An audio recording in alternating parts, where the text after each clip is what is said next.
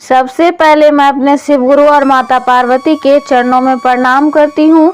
गुरु भाई गुरु बहनों के चरणों में प्रणाम करती हूँ।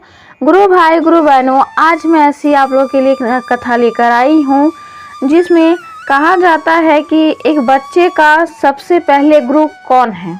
तो वो सबसे पहले गुरु माता पिता को ही माना जाता है, क्योंकि एक माता पिता ही सब बताते हैं कि आपका देवता कौन है, गुरु कौन है। आपको सबसे पहले गुरु आपके माता पिता ही हैं, उसके बाद ही आप किसी और से शिक्षा ले सकते। तो इसी आधार पर मैं आप लोगों के लिए कथा लेकर आई हूँ। इस कथा को पूरा सुनिएगा। पूरा सुनने से शिव जी की महिमा प्राप्त होगी, लेकिन आप लोग कथा को पूरा नहीं सुनते हैं। आधा छोड़ देकर जाने से शिव जी का अपमान होता है, इसलिए इस कथा को पूरा सुने। एक छोटे से गांव में एक मूर्तिकार रहता था। वह बहुत ही वह शिव जी का बहुत बड़ा भक्त था।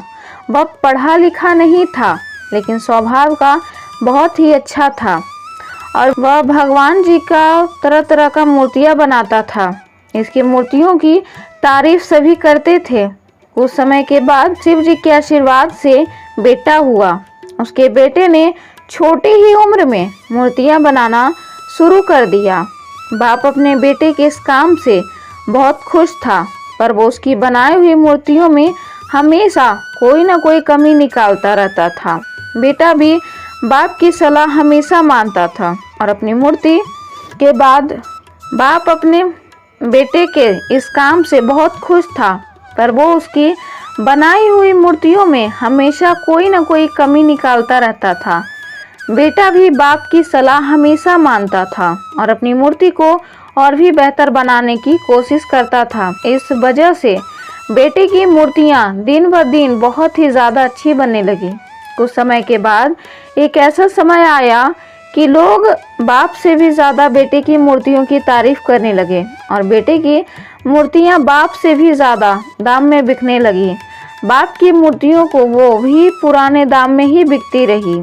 बाप अभी भी बेटे को उसी प्रकार सलाह देते रहे जैसे पहले देते थे। बेटे को अब वो पहले जितना अच्छा नहीं लगता था, फिर भी वो बाप की सलाह लेकर अपनी मूर्तियों में सुधार लाता था। एक दिन बेटे का सब्र खत्म हो गया और उसने वे बाप को बोला कि अगर आपको मेरे से अच्छी मूर्तियां बनानी आती है तो फिर क्यों नहीं, और मुझे हर बार क्यों सलाह देते हो। ये सुनकर बाप ने बेटे को सलाह देना छोड़ दिया। वह समझ गया कि वह उसका बेटा को अहंकार हो गया है। वह शिव जी से प्रार्थना करने लगा कि महादेव, मैं कभी भी अपने बेटे को गलत सलाह नहीं देता था, लेकिन कोई बात नहीं, अगर हो सकता है मेरे बिना बताए अगर वह अच्छी अच्छी मूर्तियां बनाए तो यह तो मेरे लिए अच्छी बात है और मैं उसके लिए खुश हूँ। वह नादान बालक है, उसे क्षमा कर दीजिएगा महादेव। यह विनती करके वह अपने कामों में लग गया। कुछ समय के बाद लोगों ने बेटे की जब जैसे ही कहते हैं ना गुरु भाई गुरु बहनों की भगवान ना हर किसी का घमंड को, अहंकार को खत्म करते हैं। फिर तो मनुष्य था तो इसका अहंकार कैसे रह सकता था। तभी कुछ समय के बाद लोगों ने बेटे की मूर्तियों की तारीफ करना छोड़ दिया। अब बेटे की मूर्तियां पहले जितने दाम में नहीं बिकती थी और लोगों को ज़्यादा पसंद भी नहीं आती थी। ये सब देखकर बेटा चिंतित हो गया और वो अपने बाप के पास गया और कहा कि ऐसा क्यों हो रहा है, मेरी मूर्तियां पहले जितने क्यों नहीं बिक रही है। बाप ने ये सब बेटे की बातें बहुत ही शांति से सुनी, जैसे बाप को पता ही था कि ये सब होने वाला है। बेटे ने कहा, क्या आपको पता था कि मेरे साथ ऐसा कुछ होने वाला है? बाप ने कहा, हाँ मुझे पता था, क्योंकि मेरे साथ भी ये सब हो चुका है। बाप ने बेटे को समझाते हुए बोला कि पहले जब भी मैं तुम्हें सलाह देता था तब तुम अपने आप को और भी बेहतर बनाने की कोशिश करते थे, और मैं जब मूर्ति बनाता था तो मैं अपने ईश्वर को याद करके बनाता था, दिल से बनाता था, और तुम जब भी बनाते थे या बनाते हो तो सिर्फ एक बेचने की से मुझे बिक्री करना है, इसलिए ये नहीं कि मैं किसका मूर्ति बना रहा हूँ, उनको दिल में ध्यान में रख कर बनाते थे, इसलिए तुम्हारे साथ ऐसा हो रहा है। तुम अपने आप को और भी बेहतर बनाने की कोशिश करते थे। अब जब तुम्हारी मूर्ति में कोई कमी निकालता था और जब मैं तुम्हें बताता था, तो उस मूर्ति में तुम अपने आप को और भी बेहतर बनाने की कोशिश करते थे। अब जब तुम खुद से बनाते हो तो तुम में भी और अच्छा होने की कोशिश नहीं रही।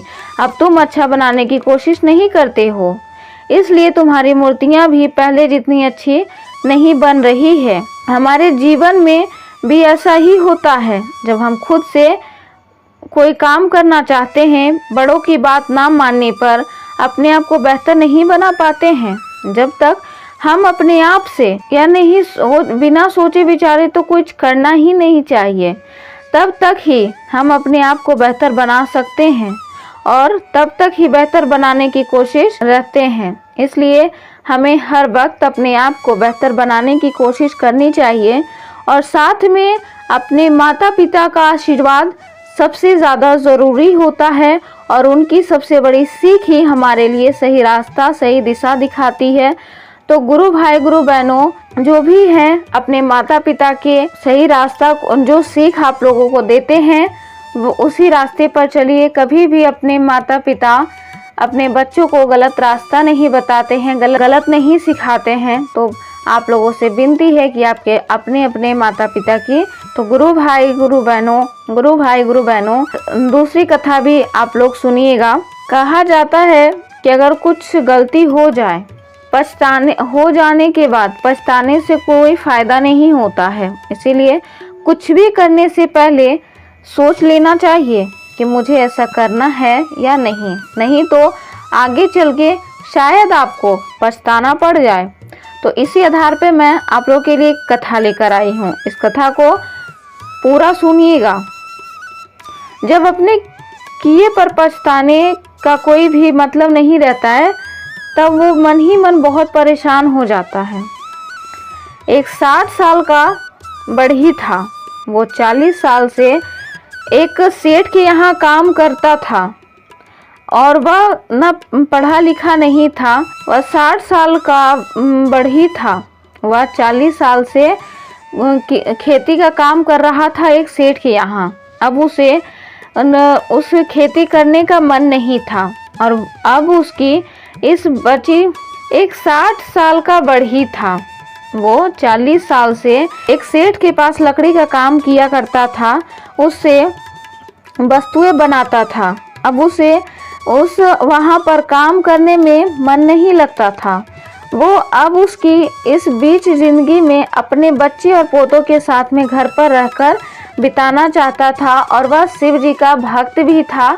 इसलिए वो चाहता था कि वह अपने महादेव के साथ में समय दे और अपने परिवार के साथ भी समय दे सके, क्योंकि उसका बुढ़ापा भी तो सामने आ रहा था और काम की वजह से वह न अपने परिवार को समय दे पा रहा था और न ही अपने महादेव का सही समय से पूजा कर पा रहा था।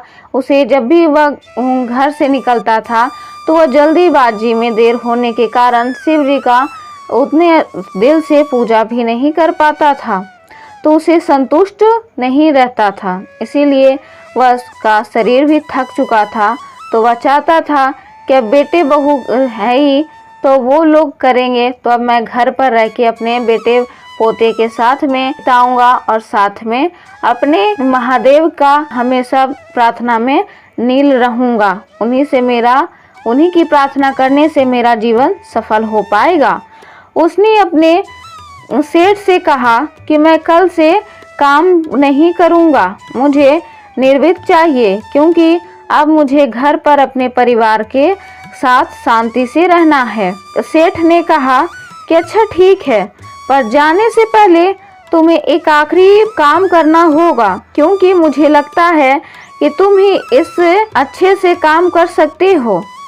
वह बड़ी बोला, लेकिन सेठ ने बहुत ही उसे जोर डाला।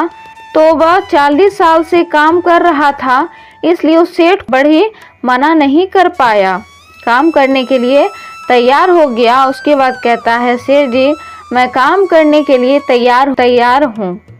बढ़ई का ये आखिरी काम था और वो निर्वीर के ख्याल में था।